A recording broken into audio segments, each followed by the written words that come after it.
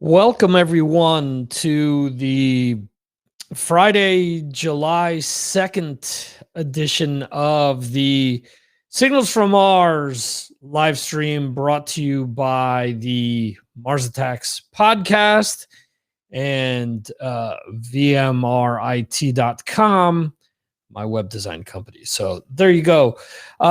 We are waiting for Michael Gilbert. I know that originally said that Ken Mary would be joining us, but hey, Rob, but it was switched up to Michael Gilbert, the guitarist from Flotsam and Jetsam. It is currently about 5 minutes after the hour here. Hopefully he will be joining us shortly. In the meantime, we will be doing some other things. I will be actually reaching out to the publicist and figuring out what's going on. Jeremy up in the UK, how are you, Jeremy? Jeremy has reached out to me and is having me present him with a list of 7-inch singles every Friday, which he's promoting on Twitter, which is kind of cool because 7-inch singles are a big thing in the UK, but you know, there were some in the US, but never to the extent of what it was like in the UK, that's for sure. The first thing that I picked was Total Eclipse by Iron Maiden, B-side to Running Free. No, not Running Free, Run to the Hills. The song that after the album came out, the band wanted on the album. Gangland's made it on there instead, the Steve Hoker favorite. And it's funny because for as much crap as Kiss gets for reissuing things and putting different things out and other greatest hits and blah blah blah, Maiden has released their discography like 7 or 8 times. They've done that more than anyone else. Some versions have Total Eclipse, some versions of Number of the Beast have Total Eclipse on it, some do not. So it is kind of weird there. But anyway, what do you guys have going on Friday? What are you guys listening to going into this July 4th weekend for those of you in the States? I did my new releases post today on MarsAttacksRadio.com. And being that it is a holiday, there aren't as many things that have been released this week because people are in vacation mode. Let's be honest here. Let's jump on over to MarsAttacksRadio.com right now. And you guys can see I featured Lord of the Lost. They released a double album called Judas today. Really cool album. If you want to check it out. The album definitely the Legacy was reissued on vinyl today, which is cool. Anyway, so this Lord of the Lost is interesting because being a double album, I say to my review, the best part is that there's so much material. The worst part is that there's so much material. It's not a bad thing, but at the same time, you know, there's a lot of stuff to kind of marinate, you know. But other new releases, look, the list is very short. At the Gates, Born of Osiris, Psychosexual, Nanowar of Steel, Noctambulist, and Man Vieira. Reissues, Queen's Greatest Hits for like the millionth time. Testaments to Legacy, Moonspell has released 2 reissues today, and that is 1755 and Extinct. The Choir Boys, 30th anniversary of A Bit of What You Fancy, or London Choir Boys if you're in the States. Mondo Generator released a live album live at Bronson, and Raphael Weinroth Brown, Worlds Within Live, and compilations Clutch, Songs of Much Gravity, 1993 to 2001, and Nick Oliveri, also part of Mondo Generator. He is Mondo Generator, essentially. No Hits at All, or No Hits at All, Volume 7. So there you go. So cool. Let's see here. Let me try to reach out to the publicist. Happy birthday to Brad if you make it on the chat today. I didn't realize it was Dr. Poison's birthday. I know he is in the DC area because he's been sending me messages continuously while he's been away. So yeah, let's see if he joins us. Let me reach out to the publicist here. Nothing like shooting an email out while live on the air. All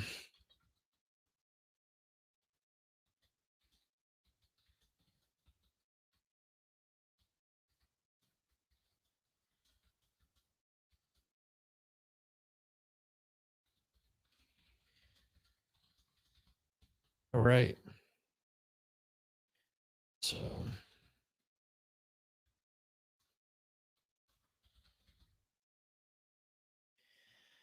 let's see here.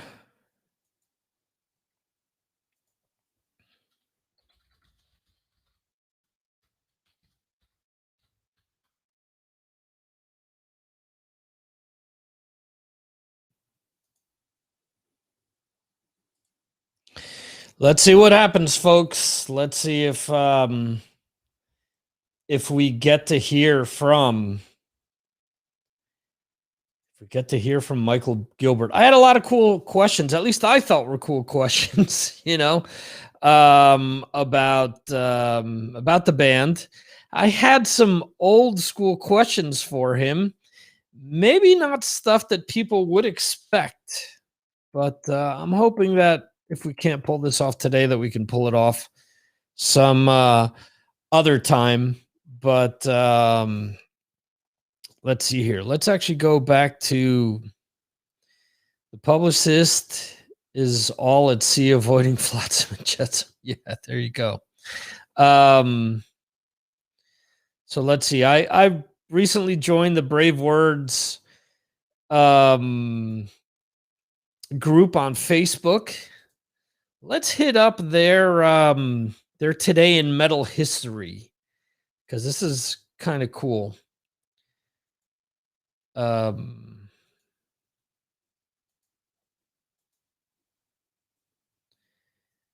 see what happens here. All right, let me close this SEO stuff. All right, cool. So Today in Metal History for July 2nd, we have the all too famous 30 years ago, July 2nd, 1991, during the Use Your Illusion tour at Riverside Amphitheater in Maryland Heights, Missouri, out in Rob Rowe country. Guns N' Roses singer Axl Rose incites a riot by jumping off stage and confronts a fan filming the show. Whoa. Trying this now, Axl. Or try this now, Axl. Yeah. Completely different situation. Heavy birthdays. Happy 51st birthday to Porcupine Tree's Colin Edwin, born in 1970. And when it comes to releases, so we have Foreigner 4, released July 2nd, 1981, 10 weeks straight at number 1 on the U.S. Billboard charts. Now, Jeremy asked, I believe it was yesterday, about the best AOR band of all time. And it was Foreigner, Boston Journey, and I don't remember the fourth choice. Jeremy, please refresh my memory. But anyway, I do think that, I do think that Foreigner, up until 4, was a great, great band. Toto was the other one. Thank you, Jeremy. I do think that they were a great band. What happened is that after this, I want to know what love is, and then with the '80s and with the ballads and all that, needing to sell an album with a lot of the commercial stuff really killed it for me, basically. So I don't know, kind of stinks, but whatever. I know there are plenty of people, hey, they went a million times platinum with that stuff, so what do I know? Happy 38th birthday to Dio's Last in Line, released in 1984.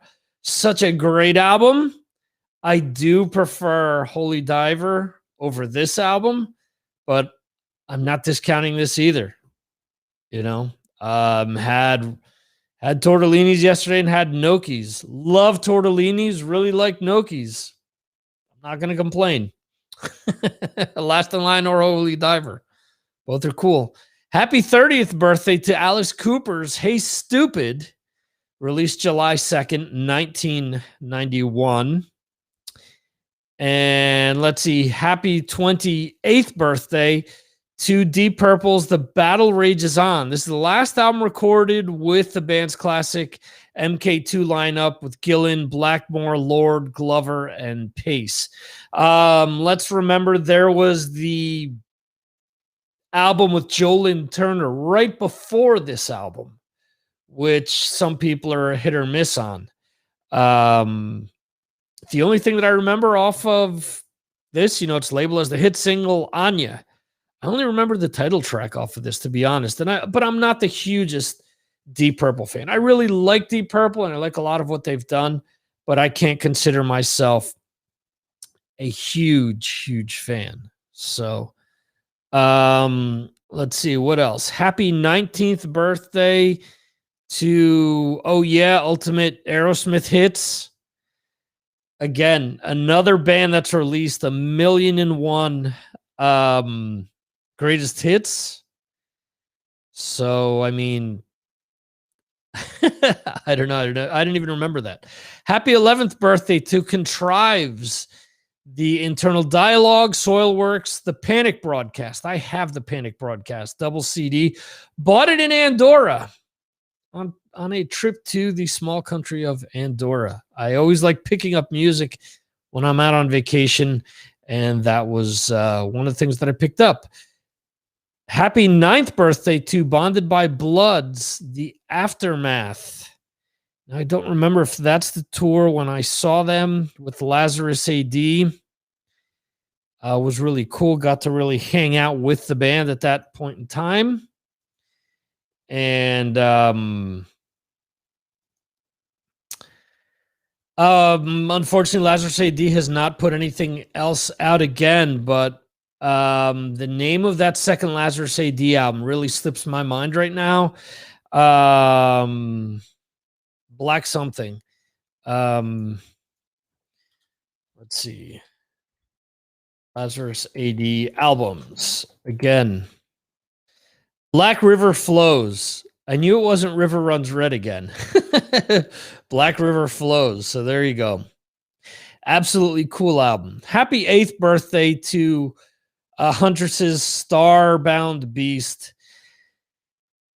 Yeah, talked about this with my wife. Something I haven't mentioned. Been a really crazy bunch of weeks. I really haven't mentioned this to anyone, but we had, unfortunately, I'm not going to, let me just stick to what I do know. And that is with Huntress, Zenith, their lead singer. And yeah, she dealt with depression for so long. Jill Janis, there you go, DJ Tuesday. She dealt with depression for a long time and committed suicide.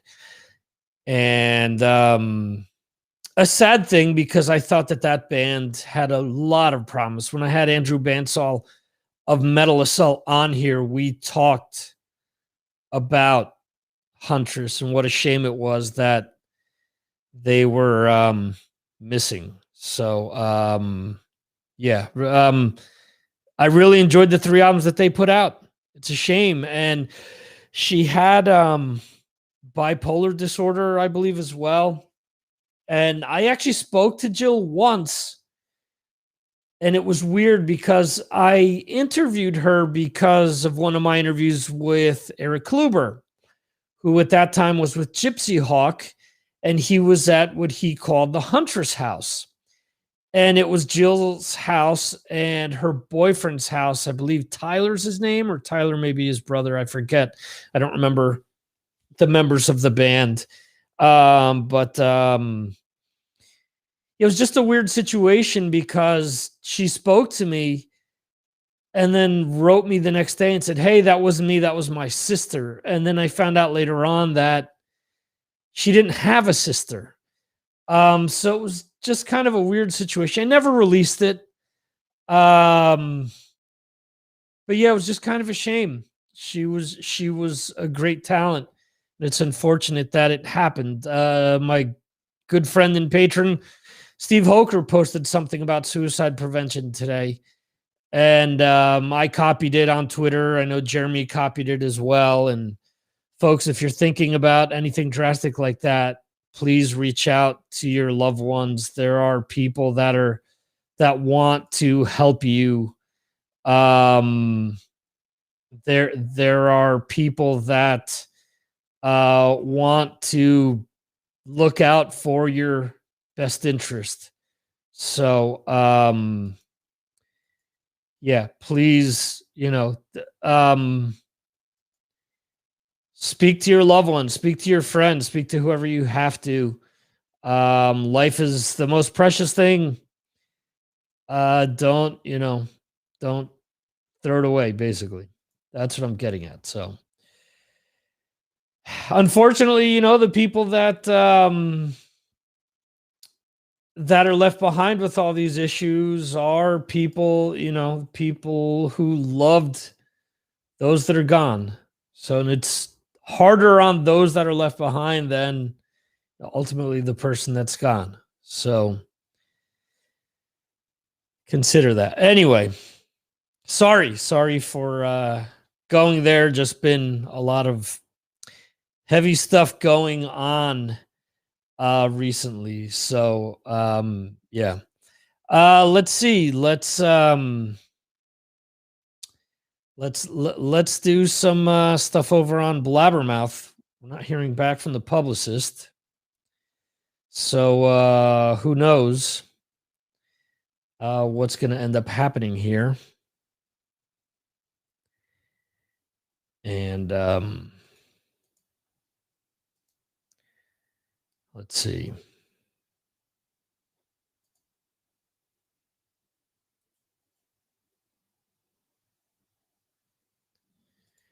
What a shame. Anyway,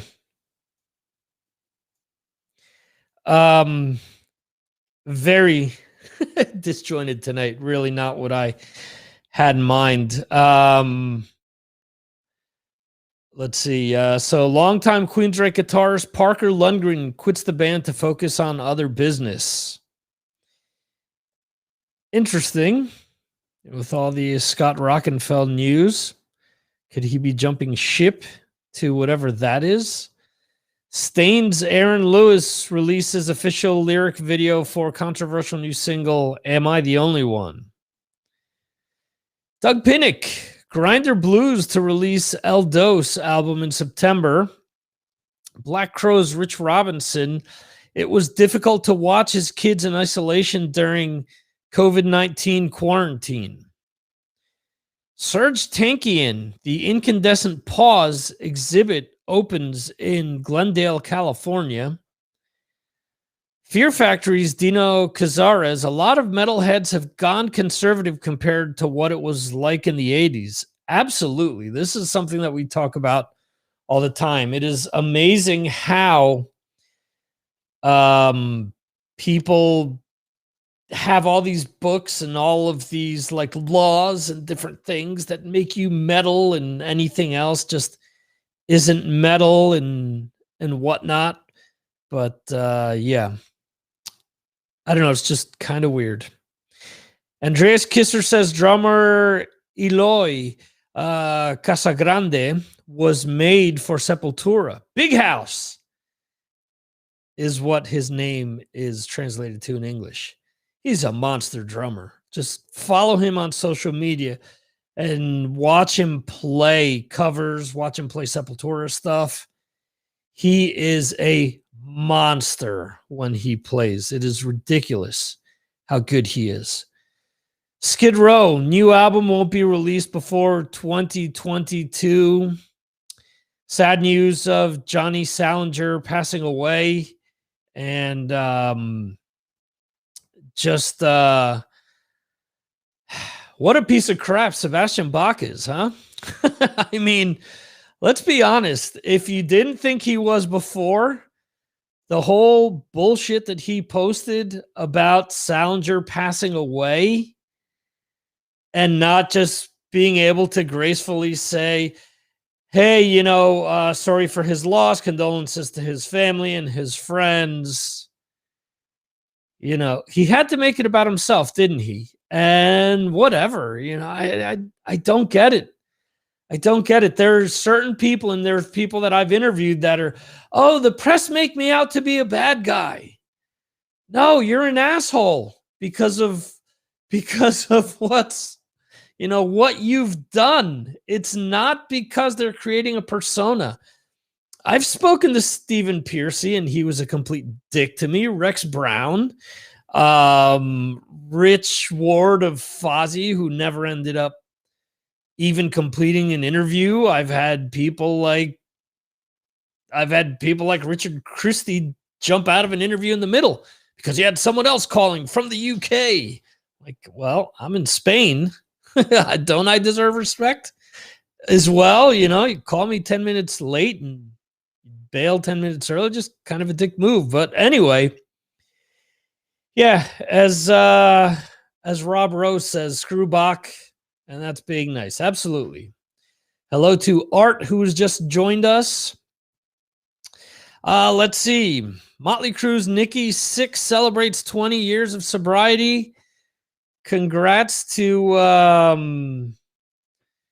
Nikki Sixx. You can debate what he says. I think and plenty of people have talked about this. He wrote the Heroin Diaries completely in a closet, strung out, the most functioning heroin addict ever to live. Bob Nalbandian has said several times how most of what they profess Motley Crue has been about or done is made up. He's always talked about how they've inflated their own stuff. And even when I interviewed John Bush and asked him about the story that is in the dirt about Joey Vera, he basically said to me, yeah, that's a nice way of telling that story, but it isn't exactly what happened. So there's a lot of incongruencies. Like in the dirt, it was a motorcycle. It was actually a car that they were in, and there's so much other stuff. But yeah, Art chimes in. He's a narcissist. They don't know any better. I agree. Halloween's Michael Kiska praises Andy Duris's songwriting skills, says band had great ballad in can for next album. Has great ballad in can for next album. Okay, so the next album, and I'm not sure why I'm not sharing this. I should be.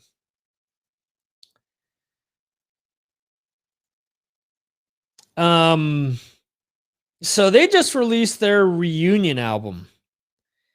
So as you guys can see from this picture here, there's what? 7 of them. Andy Duris is the singer that took over after Michael Kiska left the band. And I really love early Halloween, but once you get up to the Time of the Oath, they just lost me because they just kept trying to recapture old glory, and it just didn't do it for me. I know, again, a lot of people love what they've done, but they personally just lost me. Let's see. UFO guitarist Vinnie Moore releases music video for Kung Fu Grip. Vinnie is an extremely talented guitarist. Obscura released music video for new single Solaris. We'll have to check that out. Alex Lifeson, who I've seen quite a bit lately on the Trailer Park Boys. He does plenty of cameos throughout the series. Alex Lifeson says there's no way Rush will ever exist again. Believes band final tour couldn't have been better, which is cool. They retired gracefully. I don't know if they knew the extent of Neil Peart's cancer or what was happening with him, but they went out while still being able to pull everything off, which is commendable. Doro's Triumph and Agony live artwork and track listing revealed. Okay, cool. Another live album from Doro. At the Gates drops music video for the Nightmare of Being title track. Album just dropped today. Sabaton announces the tour to end all tours. Sure they have. Former Metallica bassist sells Montana Ranch. Let's see. Okay. Jeremy's saying the last two Rush albums were great too. Yeah. Snakes and Arrows is the next to last album. It is absolutely ridiculous. Recorded by Nick Raskulinecz in upstate New York. To me, that is my favorite Rush album of all time. I've never been a huge Rush fan, but there's so many songs off of that album. I mean, let me pull up the album listing. Rush, Snakes and Arrows.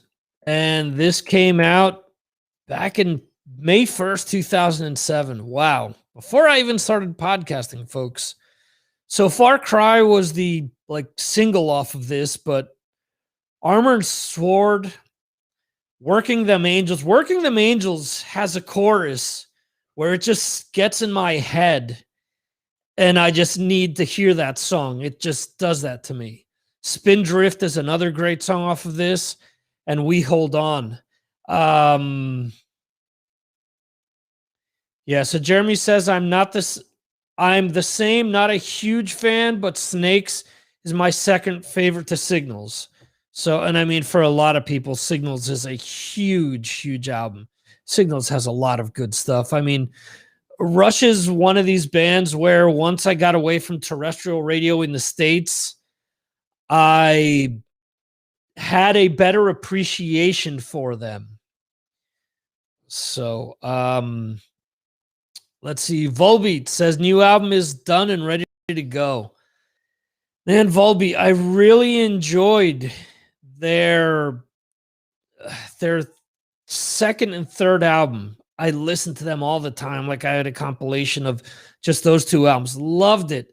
And then Rob Caggiano leaves Anthrax to join them. And the whole dynamic in the band just changed the way that they wrote songs, the way, I don't know, they just, I lost interest. And it's funny because a lot of people have told me that their last album is kind of what made them lose interest in the band. So,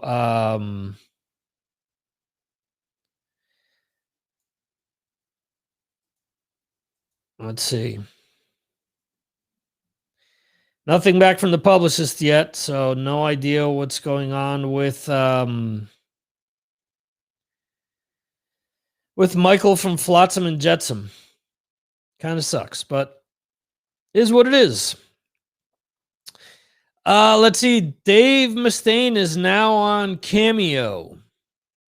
So for $150, Dave Mustaine will do a cameo for you. Okay. Hey, Brothers got to hustle. I get it. Any which way you can make ends meet, I'm doing it myself. If you guys saw the when I pulled up MarsAttacksRadio.com before, there was a little coffee cup in the right-hand corner, and that's for a platform that a lot of different, in my case, web designers are using to use to supplement PayPal and stuff like that. It's called Buy Me a Coffee. But yeah, so you can click on that and you could log in and donate stuff. But people are doing Cameo, people are doing Buy Me a Coffee, people are doing Patreon, people are doing PayPal. There's a bunch of other competing platforms, so I get it. Dave Mustaine is just trying to do what he can, and good on him. If he can make money off of it, why not? Watch Machine Head's Rob Flynn in music video for Once Human's Deadlock. If you're not aware, Once Human has Logan Mader, who was the original guitarist in Machine Head. Got to interview Logan years ago. It was a really cool interview. It was really down to earth. And it was kind of interesting. He called me up and says, hey, my kids are sick. I can't do the interview. Can I do it tomorrow? I'm like, yeah, absolutely. Thank you for calling. Hey, he's got business sense. Wow. Robert Trujillo and Scott Weiland's sons launched new band, Blue Weekend. So they were already in Suspect 208 with Slash's son, and I guess they split with Slash's son. I wonder if Ty Trujillo will fill in with Korn, since Fieldy's going to be out for some time. So let's see. Blackstone Cherry's Chris Robertson mourns death of his family. Nebraska and Minnesota shows canceled. Devil Wears Prada Mike. I don't know how to pronounce the last name. Ranika, I guess is how it's pronounced. I'm assuming that it's like Swedish, like Kelly Rudy back in the day, where the H was silent. Mike Ranika wants to get his face fixed again. Here's how you can help. See, he's got a GoFundMe going. Amy Sagar's Las Vegas residency sells out in 2 hours. 2 more dates announced. Good for him. Jason Becker's 3 most important guitars to go up for auction.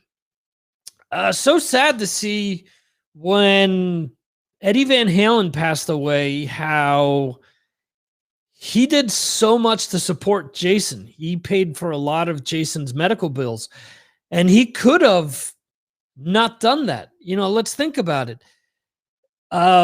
Jason replaced Steve Vai and David Lee Roth's band right before he realized that he had ALS, aka Lou Gehrig's disease. And, it could have been treated as his rival or whatever. And Eddie, to his credit, silently donated money to Jason Becker all the time. So Jason is now turning to, I know due to COVID, he was in the hospital for quite some time. He is now auctioning his own guitars. There are a bunch of other famous people auditioning equipment as well to help Jason. You can go to, I guess this is, there's an auction site right here on Blabbermouth that you can check out, and you could go put your bid in. So let's see. Watch Stephen Pearcy perform Rat Classics at Colorado's Freedom Festival. Ozzy Osbourne Jigsaw puzzles coming in September.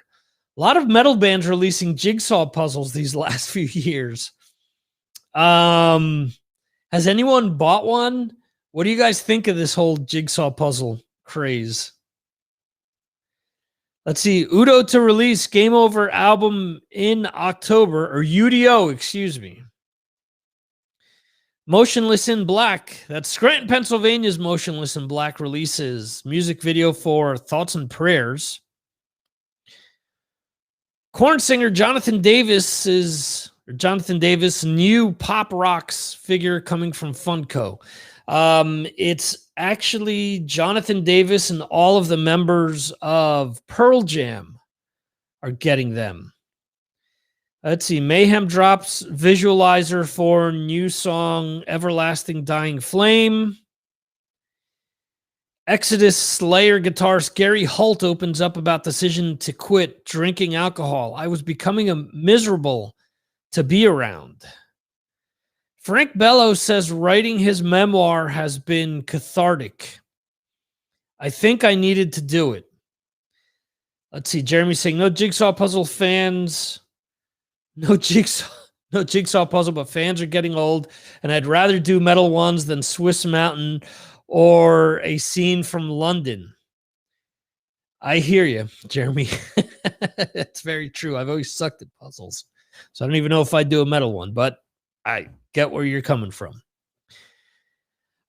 Getting back to Frank Bello here. Have you guys been checking out the Anthrax 40th anniversary documentary series that has been being released little by little on YouTube? I personally think it has been fantastic. They finally touched upon my all-time favorite album, Volume 8, this week. And they really haven't held back. I know that there are a few things regarding Greg Wells, who was the original guitarist, who claims to have written a lot of stuff off of the first album. And this has brought, him back to kind of the forefront, because when I open up all these Anthrax videos, I am now seeing videos with Greg Wells bashing Scott Ian, namely, and the members of the band and whatnot. But I don't know. Fistful is probably my least favorite Anthrax album. It is what it is. Love the John Bush era more than the Joey Belladonna era, but love the Joey stuff as well. This series has reminded me of so many memories of getting into the band and listening to different albums over the years. So it has just been, it has been fantastic. And I've got to interview Frank once. He's ridiculous. I believe I need to repost that interview.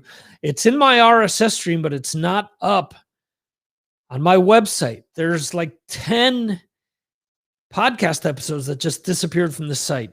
I have no idea why, but I'm slowly reworking the website. I've updated a bunch of things on the front end.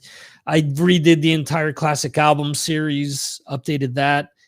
And so I will have entries for that episode. That episode consists of Frank Bello and Andreas Kisser from Sepultura. Both ridiculous interviews. Two of my favorite interviews they've ever done. Gojira announces 2022 European tour with Alien Weaponry and Employed to Serve. Would love to see this tour. Not coming anywhere near me, though. The Ghost Inside to release Rise from the Ashes live at the Shrine of Mice and Men announces Twitch partnership.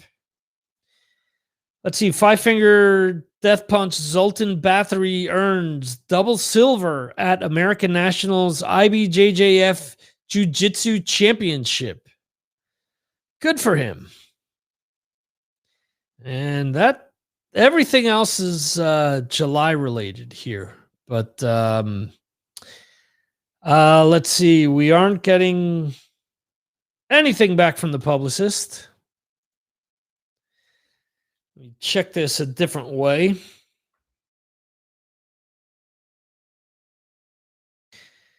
And yeah, this is the most exciting thing you can ever watch, is someone checking their mail online while they're in the middle of a show. Yeah, so looks like the whole Michael Gilbert thing is out the window.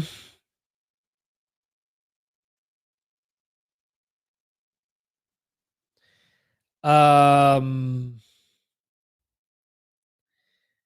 know what happened, but again, hopefully we can get Michael on in the future. But if anyone is interested in hopping on here for like the last half hour of the show, let me know in the chat. I will facilitate that and let you guys come on here, and we can talk some hard rock and metal if you guys want to do so. Jeremy, if you want to come back and chat for a few minutes here, you're more than welcome to. Rob, I know that we had talked about having you on. Art, if you are interested in jumping on, let me know. I will send you the details, and we can make this happen. So Jeremy is watching in bed. Okay. All right, cool. No problem. Rob is cooking. Art, don't tell me you're doing your nails or your hair. You guys are giving me Eddie Trunk answers here. No, just kidding. I get it, guys. It's Jeremy, it's late. Rob, you got to do what you got to do. Kind of, hey, people things didn't work out for me with Mike Gilbert, so it is what it is. All right, well, let's just keep things going in the chat. Jeremy and I have talked about EMP, which is a online service here in Europe, which is good for nothing.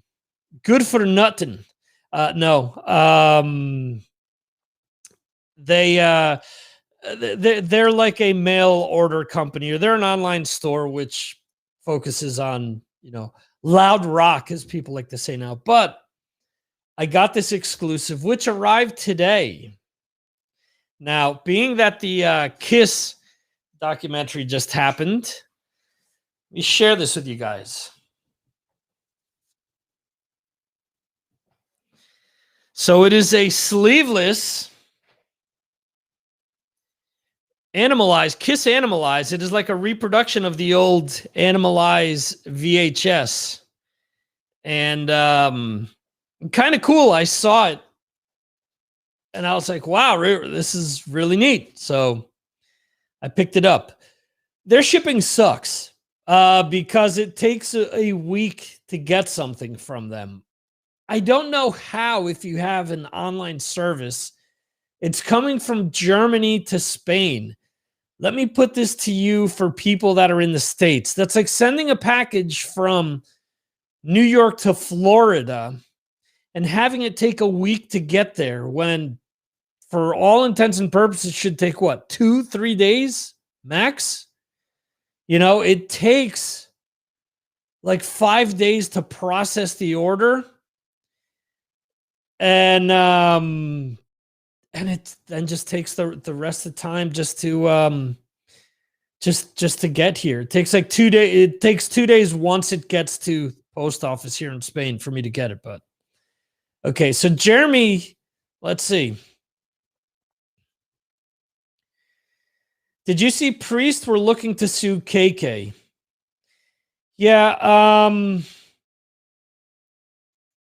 I don't get it. I mean, I honestly, if I was KK Downing, I mean, the name KK's Priest is okay. I would have named the band The Priest or just Priest, to be honest. I don't know, but there is another band called Priest out there. The guy does like industrial hard rock stuff. I don't know. It's kind of petty. I've had my run-in with their management. I've told this story a few times over the years where their PR person wouldn't facilitate an interview with them after jumping through hoops time after time And, oh, can you interview this band? Can you interview that band? Years and years of interviewing these small acts that he was promoting. And, podcasters talk. I was told, hey, I'm interviewing all 5 members of Priest this week. Oh, cool. I just want to interview one of them about Painkiller. Just one. Reach out, and I'm told, no, they're not doing any interviews for the rest of the tour. And I said, I know of several people that are doing interviews this week. Look, 10 minutes is all I'm asking for. No, blah, blah, blah. We can't do this. We can't do that. So, okay. So someone reaches out to me and says, hey, this is their manager's email, but you didn't get it from me. I contact her, and she copies the publicist, who responds with, you're a motherfucking asshole. I will never provide you with another interview again. And I was in Madrid at a hotel, about to do a bunch of paperwork for my kids at the U.S. Embassy. And I was like, dude, I've got more important things than podcasting right now. And I responded. I said, look, I know other people are talking to them. I did what I did because I've been asking you to have a member of Priest on for several years now. You haven't allowed me to do this. So, I was trying to call in a favor. Just 10 minutes is what I wanted. I wasn't asking for Rob Halford. I wasn't asking for Glenn Tipton. I said anyone from the band. I said, as a matter of fact, I would be happy to speak to Scott Travis because I'm a drummer. Would love to speak to him about drumming for a few seconds. Nothing. I never heard back from him until I launched my ear peeler venture and reached out to him and said, hey, if your bands are on podcasts, you want me to promote them, please drop me a line. This is what I'm doing. He reached out to me. He said, wow, fantastic idea. I would, I would absolutely definitely work with you on this stuff now. So, I get emails to interview his bands and whatnot, but been cordial. I've never really cut anyone off, and there have been some doozies over the years. But yeah, so that's my Priest story. All right. Art is asking, did Ace and Peter say anything about the rockumentary that Paul and Gene just released? I haven't read anything. They were asked to be a part of it, but they also were asking for a lot of money to be part of it. Now, for those that don't know, I'll shill here for a second. I co-host a podcast with Mark Striegel of Talking Metal on his Patreon, $2 a month to get in and hear this podcast. But he talked about what happens with a documentary. You have a limited budget. So if Ace and Peter are asking for $100,000 to be part of this documentary, they're going to say no. And that's what happened. They wanted to play Beth. Again, it was no. That didn't happen because speculation is they wanted a ton of money. And what would have happened is if they would have gone to A&E and said, hey, we need $300,000 to get Ace, Peter, and the song, they would have said, okay, you're not doing the documentary. So Ace and Peter haven't said anything. If you've watched the documentary, it has interviews that they've done with Loudwire and with Eddie Trunk and with various other outlets from over the years, and pretty much filling in the blanks and Gene and Paul haven't really said anything new with regards to Ace and Peter. It was interesting to get Tommy to actually speak about the stuff, to have Eric Singer speak about the stuff. I mean, I think they did a good job, especially for someone that isn't a diehard and doesn't know the ins and outs. Like a lot of people haven't, or a lot of people don't know that in the end, with Eric Carr, for example, the relationship was very strained. There were a few things that happened. Eric really didn't play on the Hot in the Shade album. Hot in the Shade is essentially a bunch of demos, and whoever Paul demoed his songs with, that person or the drum machine ended up on the majority of his tracks. Gene, the same thing. And there's Eric Carr's singing debut is on there. So he plays on, I think it's like 3 or 4 songs out of, I don't know, like 13 songs that made the album. So he was pissed about that. Then when he had his cancer, the diagnosis that he had cancer, a lot of, no one expected him to die. But the band had to deliver an album, and it sucks. The situation sucks because if you don't deliver an album on time, the label starts to take money away, or they start to want you to pay money back for the delay on the album. Now, if it's a Metallica, or if it's Tool, or if it's Guns N' Roses, bands that historically have taken a long time between albums, that doesn't happen because the label just wants the product. But with Kiss, it's a different situation. If it was Kiss in the 70s, different story.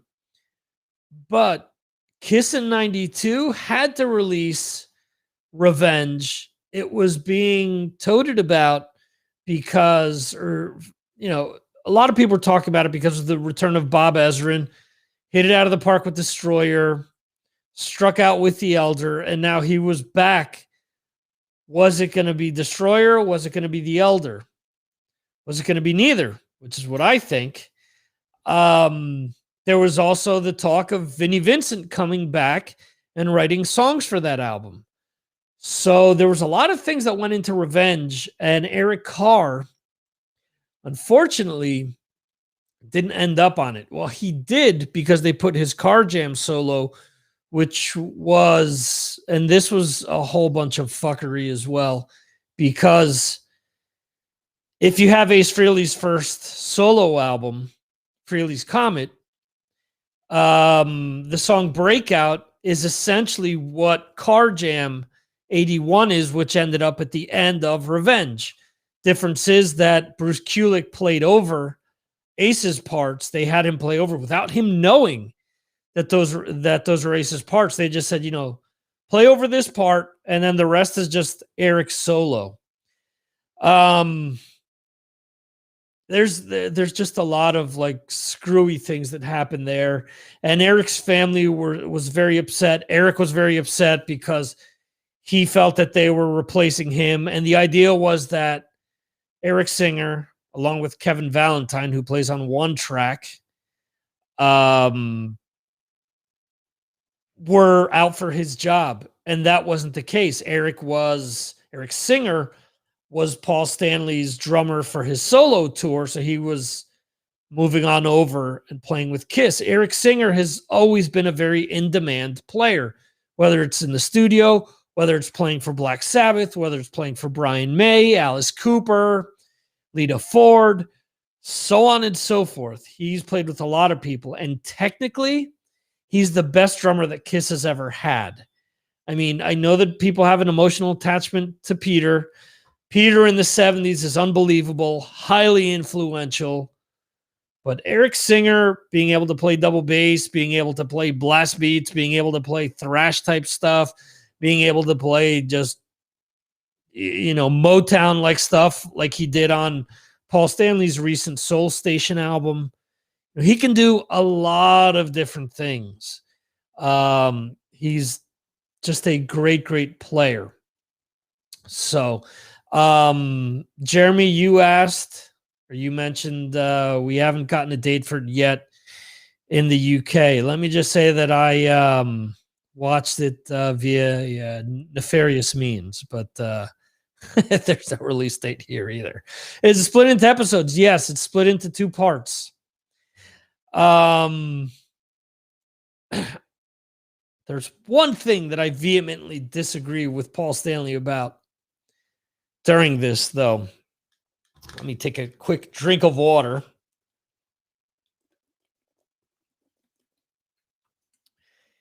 Okay. Paul claims, and my brother's in the chat, my brother's the first person that I knew that bailed on Kiss. You could have bailed on Kiss for various reasons. A lot of people outgrew them. My brother outgrew them. He got into AC/DC and Led Zeppelin and Ted Nugent and Cheap Trick and Deep Purple and Yes and things like that. So Kiss no longer became appealing to him. By the time the solo albums came out, he had no interest in Kiss. And let's be honest, you listen to that hunk of shit that is Peter Criss' solo album, and I can't disagree with him. I love Ace's solo album. I think Paul's solo album is very good, and I think Gene's solo album has some good stuff on it. Peter one's just one big stinker. So, I mean, I get that. I get why people started to bail, and they started to change their sound. We look at the Rolling Stones. Rolling Stones have always changed their sound, but the Rolling Stones have always been a pop rock band. They have always been the critics' darling. They were up there with the Beatles. And it just, it's a different league. That's just all I can say about that. Kiss isn't in that same category. They just aren't. As much as I love them and as much as they're my favorite all-time band, they're not in that category. Paul Stanley says during the documentary that what made fans stop following the band was the change in the makeup. Was Eric Carr becoming the Fox instead of the Catman? Was Vinnie Vincent having the Ankh instead of the Space Ace? And people identified with that stuff and not the new characters. I disagree 1,000,000%. Okay? Because they talk about the Creatures of the Night tour. Creatures of the Night is my all-time favorite album by not only Kiss, but by any band. The problem was it was too little too late for a lot of people. Ace Frehley even says, had we have recorded Creatures instead of The Elder, I probably wouldn't have left Kiss. So there you go. Dynasty, love the album. Unmasked, love the album. The Elder, I love parts of the album. There's a lot of crap there too. Let us be 100% honest. The reason that fans bailed on Kiss was not because of the makeup change, was not because of the member change. It was because the music just wasn't as good. Okay, let's look back at the self-titled debut, Hotter Than Hell, Dress to Kill, Destroyer, Rock and Roll Over, and Love Gun, and even side 2 of Alive 2. I'll even throw in the Ace Frehley solo album, parts of Paul's solo album, parts of Gene's solo album. They're still within that realm of what Kiss was doing. When we get to Dynasty, side 2 of Dynasty kicks ass. Side one, you have I Was Made for Loving You. You have I Sure Know Something. You have Dirty Living. These are all very pop-based songs, very disco-based songs. They're not bad, but they also have little to do with what brought them to the dance. Unmasked is 100% a pop album. The Ace songs are cool. Is That You is really cool. A song like Tomorrow is really cool, but it's a pop rock song. It's got all these keyboards over the top. You've got other tracks that have bongos all over the place. I like the album, but I realized that it isn't as strong as some of the other stuff. You look at The Elder, Paul's falsetto, the orchestration, outside of The Oath and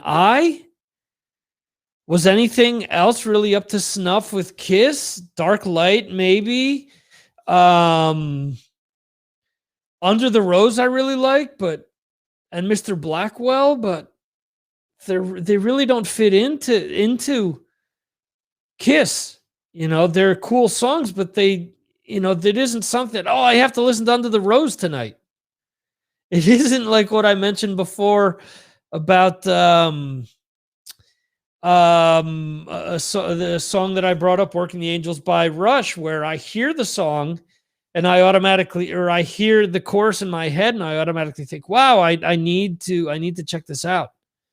But once they got the Creatures, then Lick It Up. Lick It Up is a very strong album. I think Animalize has some good stuff on it. I think Asylum has some good stuff on it. Crazy Nights, for the most part, is deplorable to me.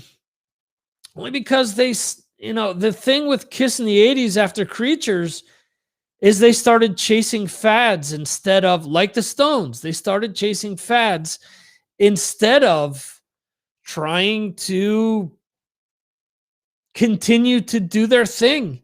I think by the time Revenge came around, where they did their thing again, again, it was one of these albums where, except for the diehards, most people just didn't care. Hot in the Shade, I missed out on. Some of it is really cool. Some of it is just filler. And, after that, Psycho Circus, few cool songs, rest kind of filler. Sonic Boom, I really don't care for. And Monster, I think, is a solid album, top to bottom. But, yeah. So, so that's my take on the Kistery documentary. This weekend I will be releasing several episodes of the Mars Attacks podcast. Have not released anything this week, just a crazy, crazy week. We'll be releasing the interview with Jeremy Weltman. No, that one's out already. With Brittany Slays from Unleash the Archers, and with Todd Severn from Ripple Music. Both were just really cool interviews, in my opinion. And next week we will have Metal Tim from Brave Words. Crossing my fingers that this happens, because again, who knows what's going to happen here. And then after that, the following week, I'm actually off on the 16th. So no podcasting, no live streams that week. So I guess false advertising by saying that every Friday, but that Friday I will be off. The 23rd, the patrons will be here. So if you aren't a patron yet and want to get in on the action, it is Friday the 23rd of July. The patrons will be back for a discussion on... Do I have this? I think I may have this. Let me see. Yeah. Well, let's just go with this. Breaking news, folks. 23rd of July.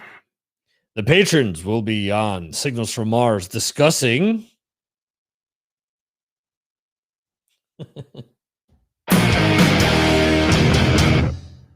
Motley Crue. So similar to what we did a few months back, where we did the Iron Maiden discussion, we will be talking all things Motley Crue.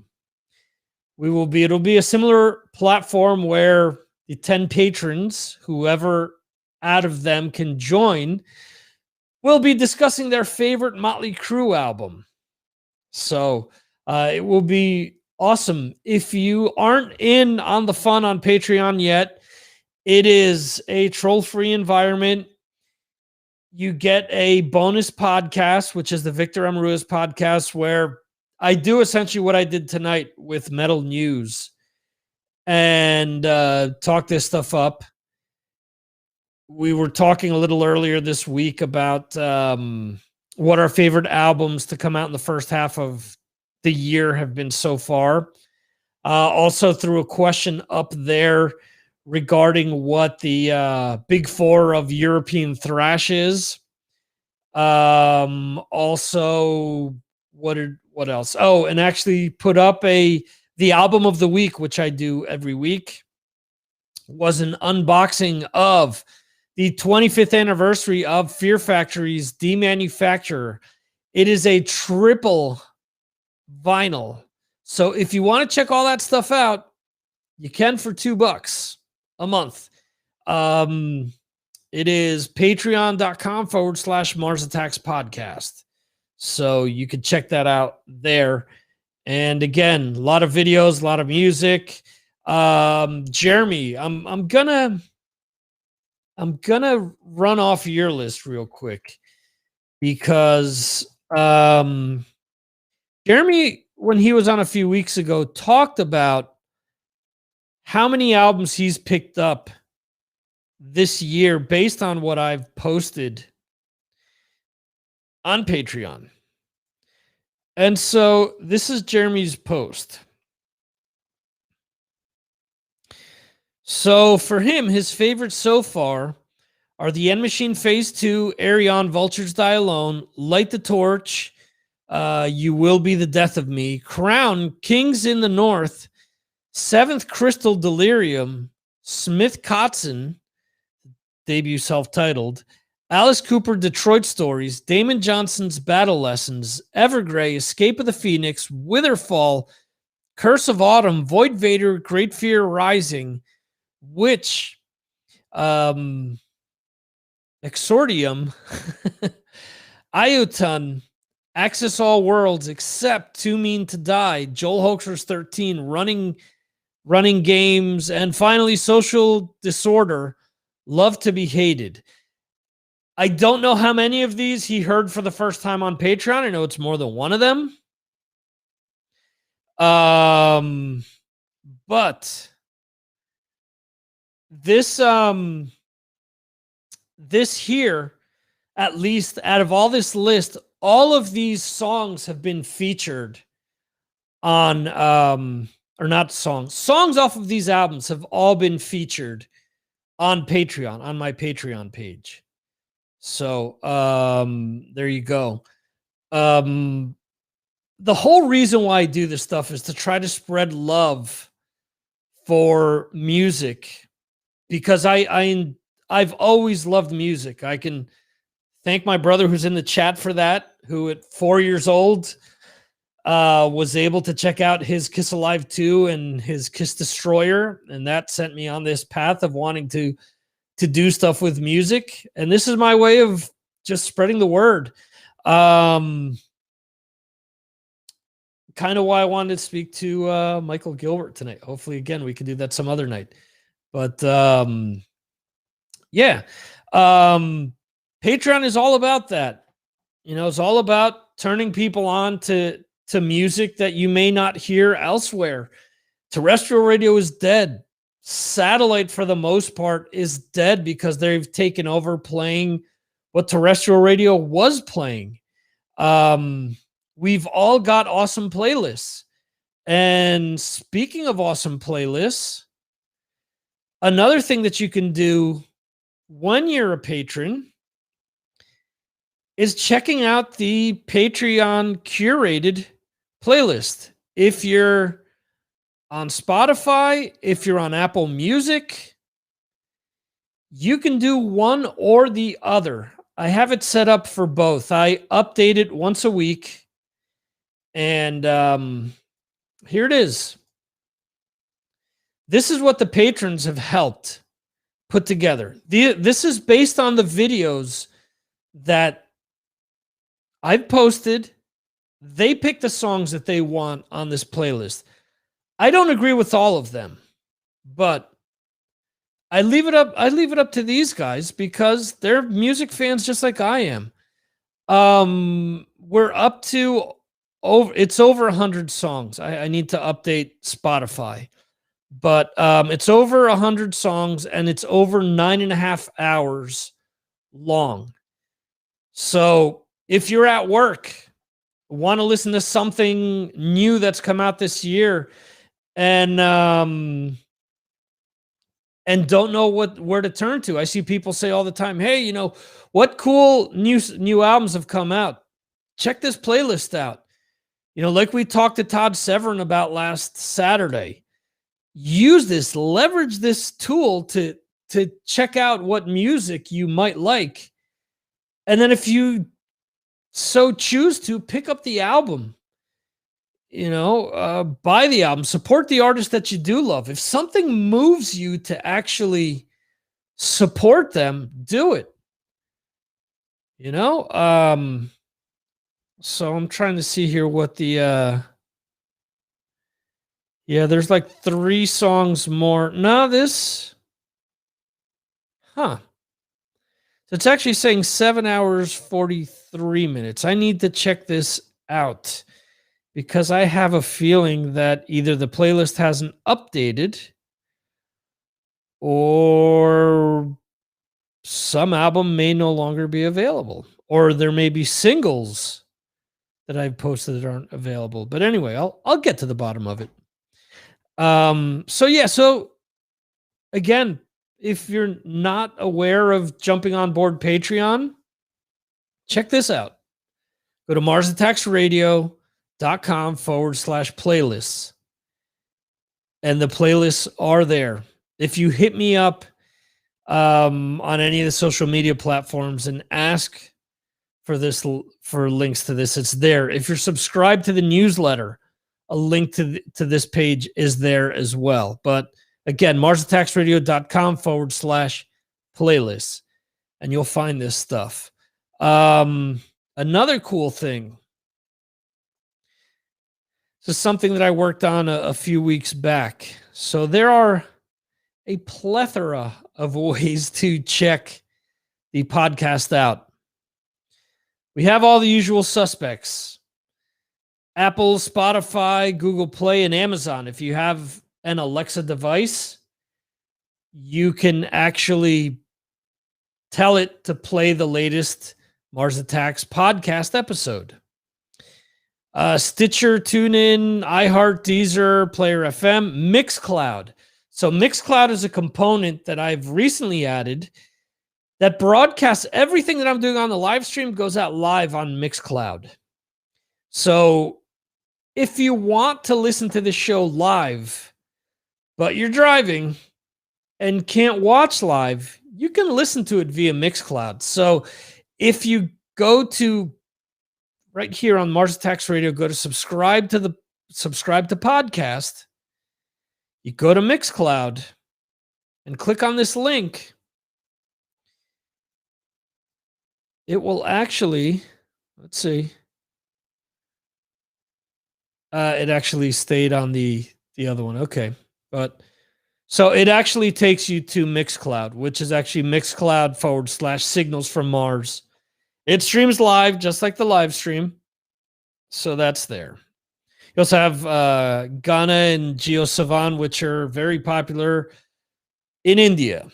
So, hey, I just want to cast a net as big as I can. If I can catch people in India, then cool. Then there's the good old RSS. As far as watching the live stream, as it happens, the live stream goes out on all these platforms. There's a Facebook group. There's a Facebook page. It goes out on my personal Facebook as well, on YouTube, on Twitch, Periscope /Twitter, because Periscope is going away. DLive, Trovo, Nimo TV, Africa TV, Mob Crush, Vaughn Live, Picarto, OK Russia, and FC2 Live. Again, some of these are regional platforms that are available to me, so that's why I use them. Again, some of them, like Trovo, is like a direct competitor to Twitch, for example, and Vaughn is like one of these like Wild Wild West live stream platforms that allow almost anything. Some of the Asian ones as well. There's some wild stuff going on there. So also, again, if you aren't signed up for the newsletter, sign up for the newsletter. You could do that at the bottom of any page on MarsAttacksRadio.com. You also have links to VMRIT, my web design business. So again, if you're looking for any type of web design, audio or video editing,